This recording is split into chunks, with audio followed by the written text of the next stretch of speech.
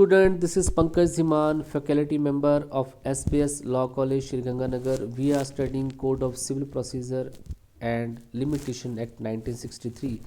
And next question is, enumerate the properties which are exempted from the attachment in the execution of money decree. तो जब money decree issue की जाती है, दी जाती है court के थ्रू, और उसकी एग्जीक्यूशन जब की जाती है, तो कौन कौन सी ऐसी प्रॉपर्टीज़ होती हैं जिनको ना तो एग्जाम्प्ट किया, ना तो जिनको अटैच किया जा सकता है। ठीक है जी। तो ऐसी कौन कौन सी प्रॉपर्टीज़ होती हैं जिनको जनरली अटैच नहीं किया जा सकता, जब्त नहीं किया जा सकता, जब एक मनी डिक्री जो है उसकी एग्जीक्यूशन की जा रही हो। तो देखिए, आपको पता है कि डिक्री जब किसी पार्टी के फेवर में आती है तो उसको हम डिक्री होल्डर बोलते हैं, और जिसकी अगेंस्ट डिक्री वो दी जाती है, जिसके अगेंस्ट वो डिसीजन दिया गया है, सिविल केसेस में उसको जो है जजमेंट डेटर बोला जाता है। अगर स्पेशली वो मनी डिक्री है, पैसे से रिलेटेड डिक्री है वहाँ पे, तो उस कंडीशन में उसकी एग्जीक्यूशन जब की जाती है, ऑब्वियस सी बात है, अगर वो पैसे वापस नहीं दे पाता है तो उसकी एग्जीक्यूशन जो है जनरली उसकी जो प्रॉपर्टी होगी उसको सेल किया जाएगा, उसको बेचा जाएगा। ठीक है जी। और उससे जो है उसके पैसे जो है पूरे किए जाएंगे। लेकिन यहाँ पे सिविल प्रोसीजर कोड में बता रखा है कि उस दौरान जब उसकी प्रॉपर्टी को बेचा जा रहा है तो ऐसी कौन कौन सी प्रॉपर्टीज़ होती हैं जिनको एग्जाम्प्ट रखा गया है, जिनको जब्त नहीं किया जा सकता, जिनको सेल नहीं किया जा सकता है। तो यही आपके पास क्वेश्चन है यहाँ पे। The modes of the execution of money decree is to attach the sale of property of judgment debtor, but the question arises whether the property of any judgment debtor can be attached and sold। तो यहाँ पे यही पूछा गया कि generally money decree की execution जो है कैसे की जाती है, उस जजमेंट डेटर की प्रॉपर्टी को अटैच कर लिया जाता है और उसको सेल कर दिया जाता है और डिक्री होल्डर के पैसे उसको दिलवा दिए जाते हैं। लेकिन क्वेश्चन ये उठता है कि क्या सभी प्रकार की प्रॉपर्टी जो है उसको सोल्ड किया जा सकता है, सेल किया जा सकता है। The answer is to the question lies in the section 60। तो इसका आंसर जो है सेक्शन 60 के अंडर दे रखा है। सेक्शन 60 आपको क्या बताता है? दो तरीके की प्रॉपर्टी बताता है। First, such type of property which can be attach in the execution decree, ऐसी प्रॉपर्टीज जिनको अटैच किया जा सकता है डिक्री की एग्जीक्यूशन के लिए। दूसरा, ऐसी प्रॉपर्टीज जिनको अटैच नहीं किया जा सकता for the execution the decree. दो तरीके की प्रॉपर्टी जो है सिविल को सेक्शन 60 बताता है। अब property which can be attach, ऐसी प्रॉपर्टीज जिनको अटैच किया जा सकता है जजमेंट डेटर की, और उनको बेच के जो है डिक्री होल्डर के पैसे जो है वापस करवाए जा सकते हैं। वो कौन कौन सी प्रॉपर्टी है जिनको अटैच जनरली किया जा सकता है? 60 क्लॉज 1 में बता रखा है। उसकी लैंड है, हाउस एंड बिल्डिंग है, उसके जितने भी घर के आर्टिकल्स हैं, बैंक नोट्स हैं, बिल ऑफ एक्सचेंज है, चेक वगैरह जो हो सकते हैं, प्रॉमिसरी नोट है, मॉर्टगेज डीड है, शेयर ऑफ द कॉरपोरेशन है, वेल्थ, चेक, हुंडीज, government securities, other securities, other saleable, movable और इमूवेबल प्रॉपर्टी जितनी भी होंगी। It is to be mention है that the property to be saleable must be transferable of the judgement debtor and such that the benefit of the using the power to consume. तो यहाँ पे ये सारी properties बता दी गई जिनको attach किया जा सकता है, लेकिन साथ में ये बताया गया ये प्रॉपर्टी ऐसी होनी चाहिए जिसको सेल किया जा सके, जिसको ट्रांसफ़र किया जा सके, वो स्पेशली जजमेंट डेटर की ही होनी चाहिए, और उस जो प्रॉपर्टी है वो कंज्यूम की जा सके।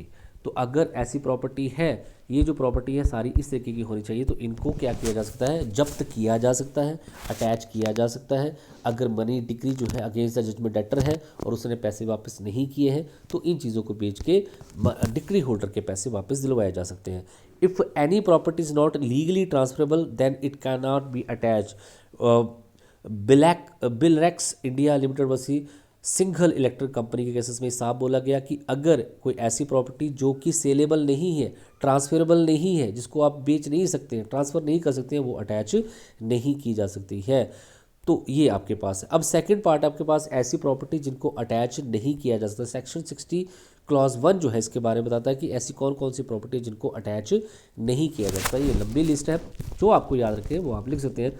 Necessary wearing clothes of the judgement debtor, तो जजमेंट डेटर के जितने भी वेयरिंग क्लॉथ हैं, बच्चों के, वाइफ्स के, जो यूटेंसिल्स हैं, बर्तन हैं, कुकिंग मील्स हैं, बेड है, बेडिंग क्लॉथ्स हैं, पर्सनल ऑर्नामेंट है जो वुमेन ने पहन रखे हैं, जैसे मंगलसूत्र है, रिंग ऑफ मैरिज है, इनको जनरली अटैच नहीं किया जा सकता है। Second, if the judgement debtor is farmer then the agriculture implement plough, ox, seeds, खुरपी फॉर, अगर जजमेंट डेटर जो है अगर वो एक किसान है तो उसका जो हल है, उसका जो बैल है, उसकी जो खाद है, उसके जो जितने भी उसके एग्रीकल्चरल टूल्स हैं उनको भी जब्त नहीं किया जा सकता है, अटैच नहीं किया जा सकता है। If the judgement debtor is in artisan then the tools of artisan, अगर जजमेंट डेटर एक कलाकार है तो उसके जितने भी टूल्स हैं, the portion of the produce of agriculture which has been kept exempted the attachment of sale by the state, state government ने अगर उसकी जो प्रोडक्शन है एग्रीकल्चर की उसको एग्जम्प्ट कर रखा है, स्टेट गवर्नमेंट ने जितने पार्ट को एग्जम्प्ट कर रखा है एग्रीकल्चर की प्रोडक्शन का, वो भी अटैच नहीं किया जा सकता है। Residential house of the farmer, labour and domestic servant, तो फार्मर का जो रेजिडेंटल हाउस होगा, लेबर का जो रेजिडेंटल हाउस होगा, या डोमेस्टिक सर्वेंट का जो रेजिडेंटल हाउस होगा उसको भी जब्त नहीं किया जा सकता है। बुक ऑफ अकाउंट को नहीं किया जा सकता है। Mere right to sue for the compensation को भी जब्त नहीं किया जा सकता है। Personal service, right to personal services को भी नहीं किया जा सकता है attach. gratuities and pension which have been given to the salaried person or pension or any sum paid out of the pension fund at the retirement, तो gratuity और pension जो उसको पे की जाती है प्रोविडेंट पेंशन फंड से at the time of retirement, वो भी नहीं दिया जा सकता। पॉलिटिकल पेंशन अगर मिलती है तो वो भी जब्त नहीं की जा सकती है। Remuneration of labour, domestic servant और जो लेबरर्स होते हैं उनका जो रेमुनरेशन होती है उसको भी जब्त नहीं किया जा सकता है। 1/3 of the salary execution decree of maintenance भी नहीं किया जा सकता है। Air force act, army act, navy act के अंडर कोई पर्सन है तो उसको जो सैलरी अलाउंस मिले उनको भी जब्त नहीं किया जा सकता है। All savings and other deposit which have been compulsory made which have been obtain from the fund upon the employ provident fund, जितने भी एम्प्लॉय प्रोविडेंट फंड 1852 के अंडर उसके जितने भी फंड हैं उनको भी जब्त नहीं किया जा सकता है, अटैच नहीं किया जा सकता है। All deposit other savings which have been obtain from the such fund upon which public provident fund, public provident fund act 1968 के अंडर जितने भी उसके डिपॉजिट्स हैं, सेविंग है, उनको भी जब्त नहीं किया जा सकता है। जो भी मनी लाइफ इंश्योरेंस पॉलिसी के लिए उसने पे करनी है जजमेंट डेप्टर को, वो भी जब्त नहीं की जा सकती है। इसके अलावा इंटरेस्ट ऑफ एनी पट्टा होल्डर या रेजिडेंस हाउस, पट्टा होल्डर रेजिडेंस हाउस पे अगर कोई पट्टा है तो उसका जो इंटरेस्ट है उसको भी जब्त नहीं किया जा सकता है। इसके अलावा all allowances which is a part of the emoluments of the employment government, जो भी अम्यूलमेंट, जो भी बेनिफिट एक एम्प्लॉय को ड्यूरिंग हिज सर्विस मिलते हैं, चाहे वो गवर्नमेंट का अप्लाई है, रेलवे का, लोकल अथॉरिटी का, वो सारे भी अटैच नहीं किए जा सकते हैं। एंड एक्सपेंसेसी ऑफ द सक्सेशन और survivorship of other merely contingent of possible right of interest, ऐसी प्रॉपर्टी जो उसको फ्यूचर में अभी मिलनी है ड्यू टू सक्सेशन, उसको भी जब्त नहीं किया जा सकता है। Any such allowances which has been declared non attachable in Indian law के अकॉर्डिंग, अगर कोई ऐसे एसेट्स हैं, ऐसे प्रॉपर्टीज़ हैं, ऐसे अलाउंसेज हैं जिनको पहले से नॉन अटैचेबल डिक्लेयर कर रखा है इंडियन लॉ ने, उनको भी जो है अटैच नहीं किया जा सकता है। If the judgement debtor is such a person who is liable for the payment of land revenue, अगर जजमेंट डेटर जो है वो उसने लैंड रेवेन्यू भी मूवेबल प्रॉपर्टी पे अभी देना है और वो लैंड रेवेन्यू भी जो है अटैच नहीं किया जा सकता है, एग्जाम्प्ट, ये सारी प्रॉपर्टी जो है जिनको एग्जाम्प्ट कर रखा है। इसके बारे में कुछ एक्सप्लेनेशन भी दे रखी है कि फार्मर कौन है। फार्मर जो है, farmer means a person whose normal means of livelihood is only the agriculture in the normal year. Pukhraj, Ajay Raj और सवाल बसी प्रभा वंजी AR 1970 केसेस में फार्मर को बोला गया जिसकी सारी आजीविका जो है एग्रीकल्चर पे ही डिपेंड करती है, मतलब कि जो खेती बाड़ी से ही अपना गुजारा करता है वहाँ पे।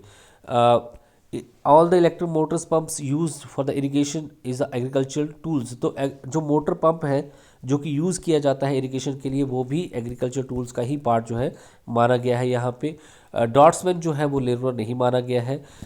और इसके अलावा प्रॉपर्टी एग्जेम्प्टेड नॉन अटैचमेंट, तो ऐसी प्रॉपर्टी जिनकी अटैचमेंट नहीं हो सकती उससे रिलेटेड कुछ केसेस हैं यहाँ पे, जैसे any residence house of any राज मिस्त्री can not be attach in the execution decree.